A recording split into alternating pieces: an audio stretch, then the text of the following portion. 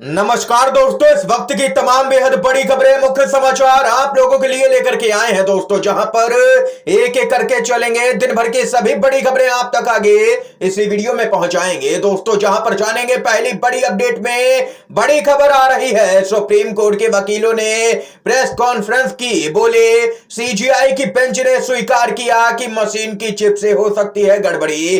क्या कुछ कहना है दोस्तों, जानेंगे विस्तार से खबर। इसके साथ ही कमलनाथ हुए बीजेपी के, कांग्रेस के कार्यकर्ता बोले अच्छा हुआ खुद ही चले गए, बोले अब पार्टी में जश्न का माहौल है। इसके साथ ही बताएंगे अगली अपडेट में 2024 लोकसभा चुनाव को लेकर के मोदी का बड़ा बयान, बोले पीएम उम्मीदवार मैं नहीं बीजेपी में मचा हड़कंप। जानेंगे क्या कुछ कहा है।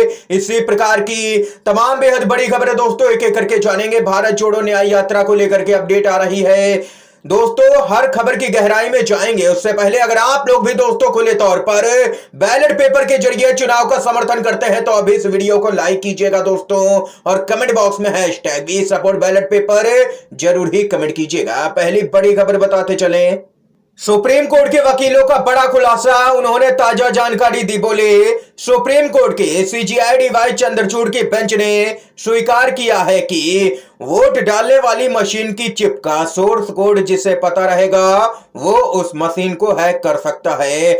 अब यहां पर उन्होंने सवाल खड़ा किया है कि मिलॉर्ड, क्या मशीन बनाने वाली कंपनी जिसमें यहां पर 4 निदेशक बीजेपी के हैं वही इंजीनियर की नियुक्ति करते हैं? क्या ऐसे में चुनाव निष्पक्ष हो सकता है?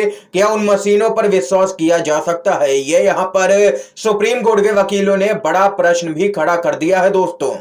हाल ही में इलेक्टोरल बॉन्ड को लेकर के सीजीआई ने जबरदस्त झटका दिया बीजेपी को, और माना जा रहा है कि क्या अब इस मुद्दे पर भी सीजीआई कोई बड़ा फैसला दे सकते हैं। आप लोगों की जो भी राय हो दोस्तों कमेंट बॉक्स में कमेंट करके बताइएगा। इसके साथ ही बड़ी अपडेट आ रही है, कमलनाथ बेटे नकुलनाथ के साथ में दिल्ली पहुंचे हैं, कई विधायकों के साथ में ले सकते हैं बीजेपी में एंट्री। जी हां दोस्तों, कांग्रेस के नेता और पूर्व मुख्यमंत्री कमलनाथ अपने बेटे नकुलनाथ के साथ में बीजेपी में शामिल हो सकते हैं। इतना ही नहीं, इनके साथ में कांग्रेस के करीब 1 दर्जन विधायक और पूर्व विधायक भी बीजेपी की सदस्यता ले सकते हैं। इस बीच कमलनाथ अपने बेटे नकुल के साथ में दिल्ली पहुंच गए हैं। सूत्रों का कहना है कि वह जल्द ही बीजेपी के बड़े नेताओं के संग में बैठक कर सकते हैं और जल्द ही बीजेपी में शामिल हो जाएंगे कमलनाथ। ये तो यहां पर लगभग तय हो ही चुका है दोस्तों। आप लोगों को बताते चलें, ये वही कमलनाथ हैं जिन पर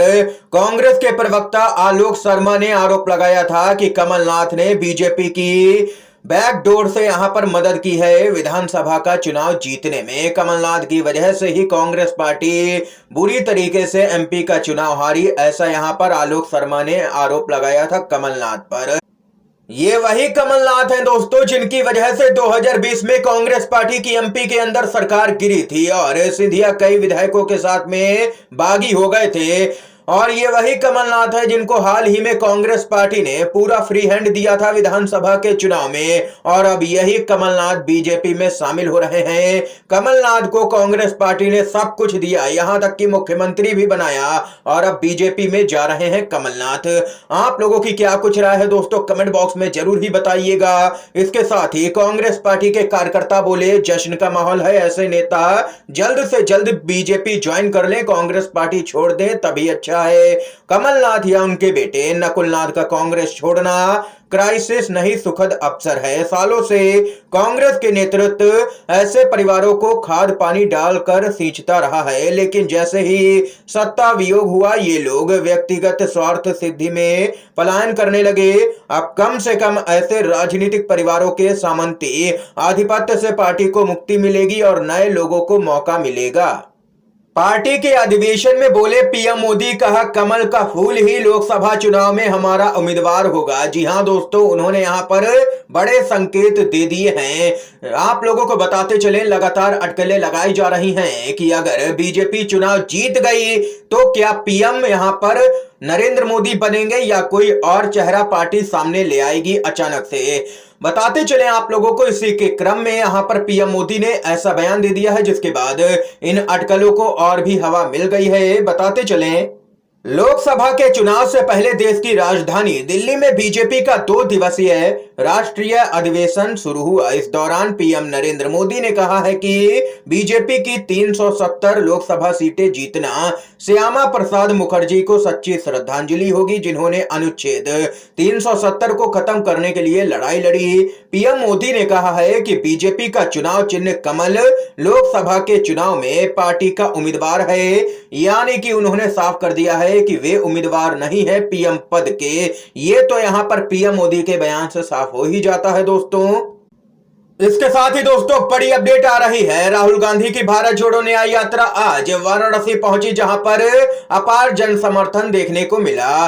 और वहीं इस बीच खबर आ रही है कि वाराणसी में बीजेपी के कार्यकर्ताओं ने राहुल गांधी की न्याय यात्रा निकलने के बाद गोतौलिया के नंदी चौराहे को गंगा जल से धोया है, जिसके बाद बीजेपी को लोग सोशल मीडिया पर जम करके ट्रोल कर रहे हैं और कह रहे हैं कि इन लोगों के अंदर आखिर कितनी नफरत भरी हुई है। इस सबसे इनकी यहां पर पता चल ही जाता है। इसके साथ ही बताते चलें, राहुल गांधी अचानक यात्रा छोड़ करके वायनाड के लिए रवाना हुए हैं। राहुल गांधी के संसदीय क्षेत्र में जंगली जानवरों के हमले से कई लोगों की जान जा चुकी है। राहुल गांधी स्थानीय प्रशासन के साथ बैठक कर पीड़ित परिवारों से यहां पर मुलाकात करेंगे। इसके साथ ही बड़ी अपडेट आ रही है। दिल्ली विधानसभा में आम आदमी पार्टी ने साबित किया है बहुमत। केजरीवाल सरकार ने विधानसभा में बहुमत साबित कर दिया है। पक्ष में 54, विपक्ष में मात्र 1 वोट ही पड़ा है। दिल्ली विधानसभा में लाए गए विश्वास प्रस्ताव पर आज सदन में चर्चा और वोटिंग हुई थी। और वहीं इस दौरान केजरीवाल जबरदस्त तरीके से केंद्र की मोदी सरकार पर भड़के हैं। बताते चलें, दिल्ली के मुख्यमंत्री अरविंद केजरीवाल ने आज विधानसभा में बीजेपी पर जोरदार निशाना साधा है। उन्होंने दिल्ली विधानसभा में विश्वास प्रस्ताव पर कहा कि बीजेपी के लिए सबसे बड़ी चुनौती आम आदमी पार्टी है। आज अगर बीजेपी किसी से डरती है तो वह आम आदमी पार्टी है। केजरीवाल ने आगे कहा है कि मैं पूरी जिम्मेदारी के साथ कहना चाहता हूं कि अगर बीजेपी लोकसभा चुनाव 2024 नहीं हारती है तो फिर 2029 में आम आदमी पार्टी भारत को बीजेपी से मुक्त कर देगी। ये यहां पर बड़ा बयान जारी किया है दिल्ली के सीएम अरविंद केजरीवाल ने। इसके साथ ही दोस्तों बड़ी अपडेट आप लोगों को बताते चलें, पंजाब बीजेपी प्रमुख के घर के बाहर किसानों ने दिया है धरना। हरियाणा में चढ़ूनी ग्रुप ने निकाला है ट्रैक्टर मार्च। अब यहां पर चौतरफा किसान घेरने लगे हैं बीजेपी के नेताओं को। ये यहां पर दोस्तों इस समय की आज की तमाम बेहद बड़ी खबरें, मुख्य समाचार दोस्तों सामने निकल के आए, जो हमने आप लोगों तक पहुंचाए हैं मुख्य समाचार।